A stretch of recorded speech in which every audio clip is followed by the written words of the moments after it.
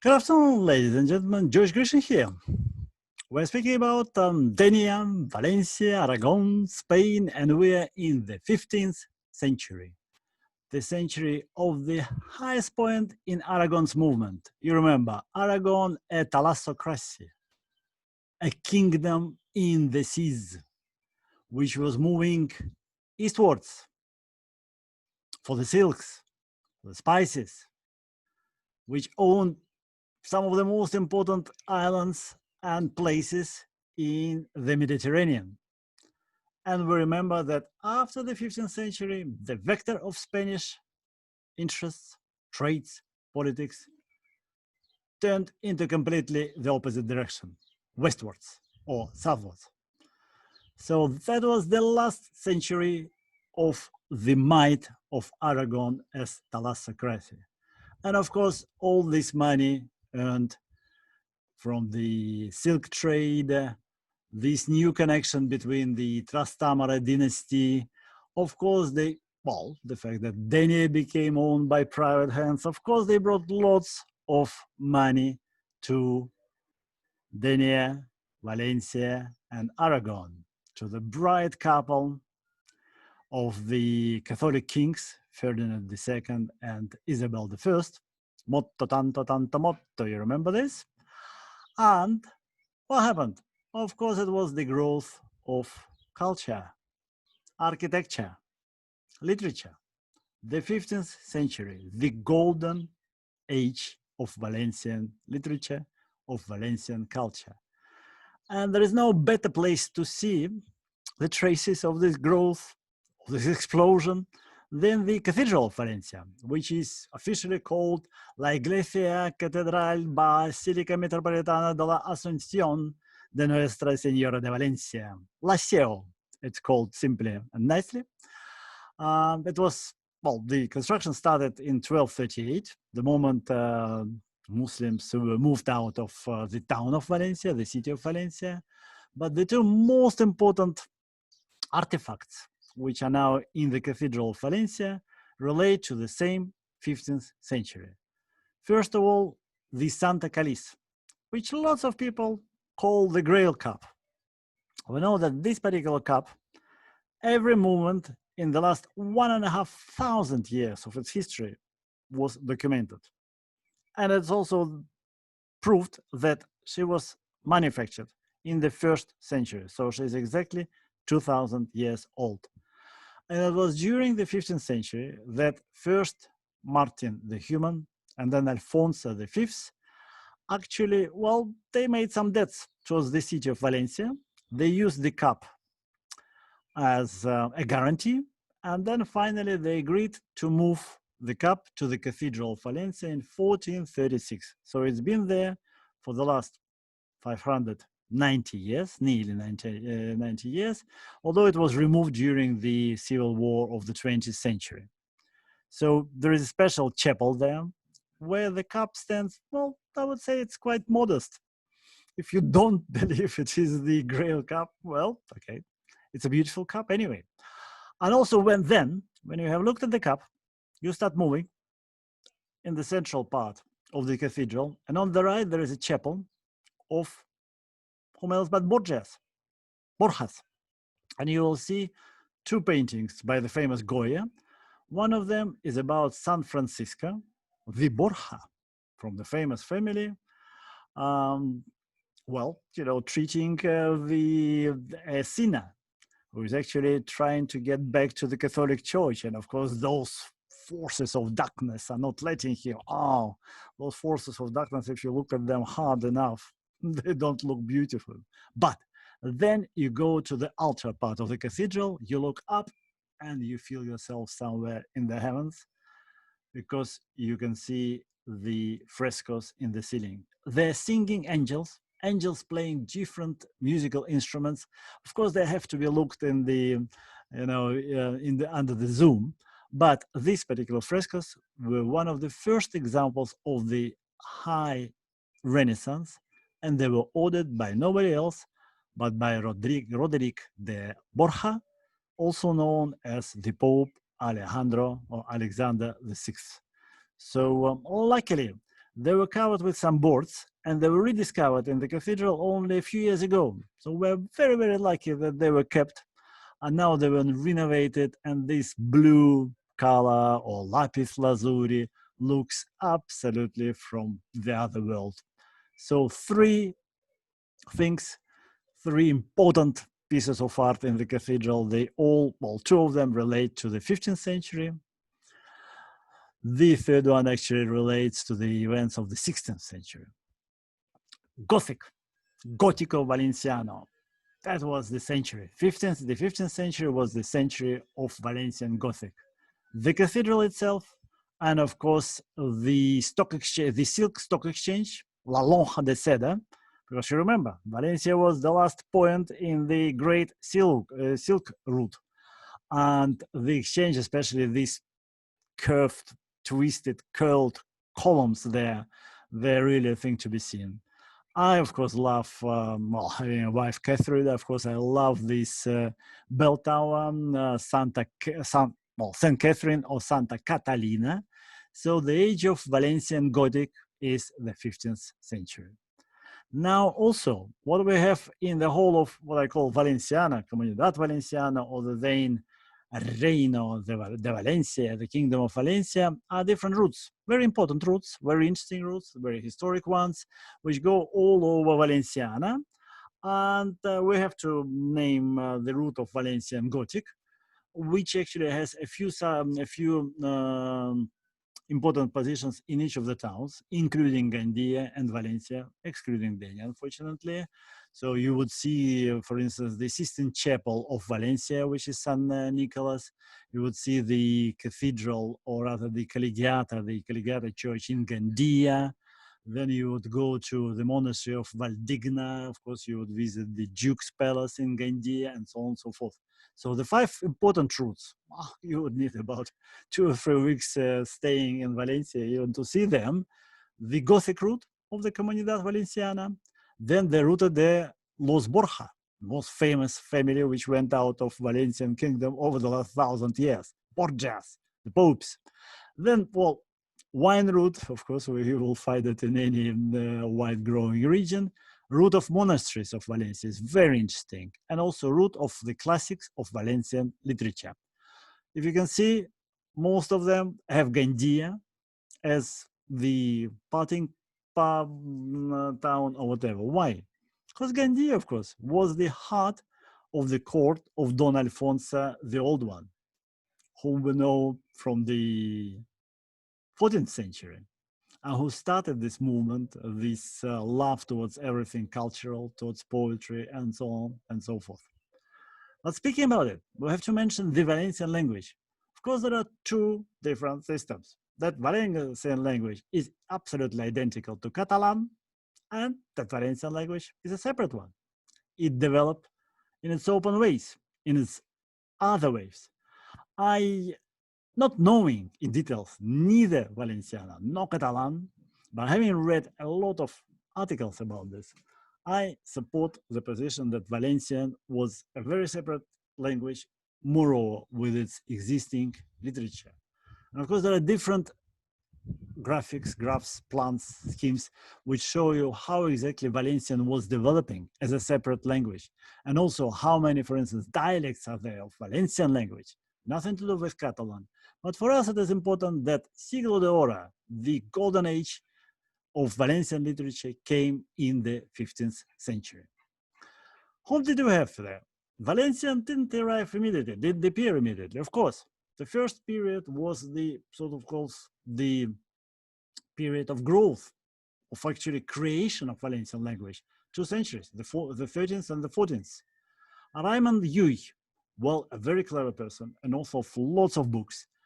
The most important thing, he was not writing in Catalan, as people are now saying. He was writing in his own language, in Mallorquin. He was from Mallorca. Later on, a bishop, a martyr, San Pedro Pascual, in the 13th century, is writing in Romanzo, which was pre-Valenciano language. 1253, we have the first actually document in the language which would be called Catalan, which would be called Valencian in a century. Do you know what it is? It's an inventory. There are some dining tables, and they are called taules de menjar, pure modern Valencian. The very word, the very term Valenciano or Valencianesh appeared in 1340s, a century later. And what is important, first legal and administrative works started being written in this language in 1360s, 1370s. But already in 1395, Antonio Canals, when explaining about the translation of the book called Valerio Maximo, says that it was translated from Latin in our vulgar maternal Valencian language. Vulgar, not meaning vulgar as such, but meaning the spoken language, the language of simple people. Moreover, when I'm asking the supporters of the Catalan theory, saying that Valencian is completely Catalano, I'm saying, okay, name me, please, one person who in 15th century was born in Catalonia and he was writing in the Catalan language. They're saying, oh, no, we had lots of them in 19th century and 18th century and so forth. They're saying, we're talking about 15th century, 1-5, or in Latin, 10-5. And they say, oh, Francesc Eiximenis. Eiximenis was born in Girona, in Catalonia, of course. I'm saying, yeah, but for 26 years, he lived and worked in Valencia. Moreover, in the book Scala Dei, he was saying about this book that it was translated from Limousin, a French located language, into our vulgar Valencian language, into Valencian. Nothing to do with Catalan. No Catalan at that time. Moving further, our San Vicente Ferrer, the patron saint of Valencia, was doing sermons in Valenciano at the beginning of 15th century. Jordi de San Jordi, or Jordi de San Jordi, he was a troubadour, a poet, writing in Valenciana. First printed book in Spain, 1574. What was this year important for? Isabel I, Isabel the Catholic, became queen in Castilla. And in March, there was a competition of poets who were writing poetry to support Saint Mary, the godmother. But actually, they were really aiming their poems at the then young and beautiful Queen of Castilla, Isabella I. The book was called Obres et Robes, or in full, Trobes en l'Or de la Verge Maria. The book, the original, is now kept in the University of Valencia. It was the first printed book in the whole of Spain, and it was a book in Valencian language. Moreover, the first printed Bible in the whole of Spain was in Valencian, 1478. And it was said that it was translated from Latin language in ad Valentinam linguam. 14th, 16th century, lots of authors writing in Valencian language. Jaume Roig, Joan Esteves, sorry, I don't know the exact pronunciation of Valencian names. I have to learn it, of course. Isabel de Villena, Bernat, and so on and so forth. But we are talking now about two important authors, the stars of the Valencian literature. Juanat, or Joan Martorell, who was the author of the first novel with a hero, Tirant Leblanc, the White Knight Tirant. And he was saying that this book allegedly was translated from English into Portuguese, and from Portuguese into Vulgar Valenciana. He's writing about it in the first part of the book, in the letter explaining how the book came about. Allegedly, there was a manuscript in English, which was then translated into Portuguese and then translated into Valenciana. And that was the most famous knight novel of Middle Ages, which was absolutely loved by Don Quixote and by his author Cervantes. And Ausias Marc, our most important, the stars of the stars. Even Wikipedia, which often says that Valencian is Catalan, it admits that Ausias Marc was one of the first poets to use the local vernacular, the spoken local language Valenciano, instead of the troubadour language, Occitano. So where did they were writing? Two most important stars lived and worked around Gandia. Yes, much later than the times of Don Alfonso the Viejo, who the old one, who died, if you remember, in 1412 during the Compromise of Caspe. But he started this court where they loved everything artistic, which was based in Gandia, in its beautiful churches and the Duke's Palace, and also in Catalba, a monastery about 30 kilometers from Gandia. Ausias Mark lived 1399-1452. That's monument to him in Gandia. That's his painting. And I haven't seen a monument to Martorell, but in the Central Library of Gandia, there is a monument to Tirant Leblanche, the hero, the protagonist of his first novel. And this is why we're always asking, why Papa Borgia actually wanted to buy Gandia. We're going to deal with it a little bit later, but at the moment, Ausias Mark was the son of Per Mark. And you know who was Per Mark? First of all, he was the majordoma, el tesorera, the treasurer of Don Alfonso. He was even captured during the 1367 Battle of Nájera by the troops of the English Black Prince, together with his master, Don Alfonso. And he was writing poetry, in spite of being a knight and in spite of being a treasurer. And his son, Ausias Mark, was writing lots of poetry. His second part of his life, he lived in Gandia, in Catalba, 30 kilometers from Gandia, where his wives are buried. And by the way, his wife was the sister of Joan Martorell. So these two names were very much together. And just read it, like the bull which takes flight into the wilderness, when overcome by another which forces him, and does not return until his masters the strength to destroy the one which banished him. So must I also go away from you, for your gesture has confused my effort. I shall not return until I have completely banished the great fear which prevents my happiness. Well, of course, a troubadour poetry, but that's we're talking about poetry written 600 years ago in the Valencian language. And if you want to become a person who is very, very knowledgeable in Valencian literature, in the literature of the golden age of Valencia in 1450s, in the 15th century, you have to study the names of the winds. I love Mediterranean names of the winds. They're a bit different in Italy, in Aragon, and so forth, but they're very interesting. Tramontana, the wind blowing across the mountains, the northern one, of course, where the cold wind is coming from, Tramontana. So look at these names of the winds. Gregali, Levant, Levant is the east. We are calling all this part of Spain Levant. Shalok or Halok, Migjorn is very easy, midday, south, of course. Yebeish, Ponent, Mestral, all these winds. The most important poem of Ausias Mark is called Veles Events, Sails and Winds. In Gandia, you will see a monument to this particular poem. In the center of Gandia, it is quoted on the wall of the Ducal Palace. In the center of Dénia, there's a restaurant which starts quoting this particular poem. It's written here in 4 languages, in the Valenciano, in Spanish Castellano, in English, and in Russian, of course. And you know what? The discovery is all mine. I started analyzing. He is naming here 7 winds.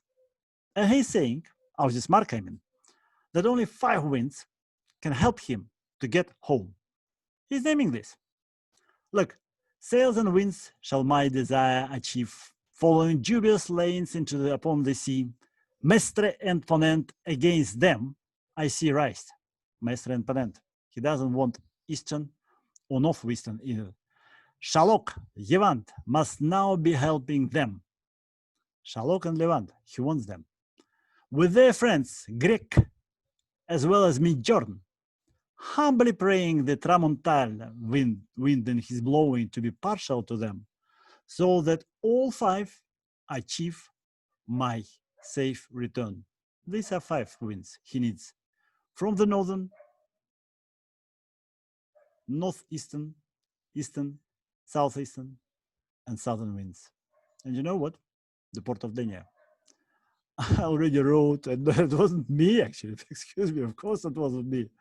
But in my book, in this book, Delightful Dénia, A History, and lots of others, it's written that only in Dénia, northeasterly, easterly, and southeasterly winds were needed to get back home safely. To get into the channel, Dénia was much more important port than Gandia or Valencia. And there you needed these winds of, let's say, easterly half of the compass of the globe. And that's what Mark is writing about. And his most famous, excuse me please, is his most famous poem, Sails and Winds, Valleys and Vents, that he needs those 5 winds to get back home safely. Mark, our poet, because he was visiting Dénia. Of course, he was visiting Dénia with his father. And finally, the super family. Yes, the family, the most important family to actually come out of Valencia over the last 1,000 years. Locally, they were called Borjas or Borjas, Borchas, whatever is the pronunciation of this Valencian name. And in Italy, of course, Borgias. And when you look at this set of statues, there are 2 of them. This one is in the today's Parliament of Valencia, by the way, of Valencian community. And this one is on the central square of Gandia. I'm always calling this group 2 popes, 1 saint, and, well, at least 2 sinners. Because we are looking at the Pope, you can't see him here, but he's here, Calista III, first Valencian Pope in Rome. What is important?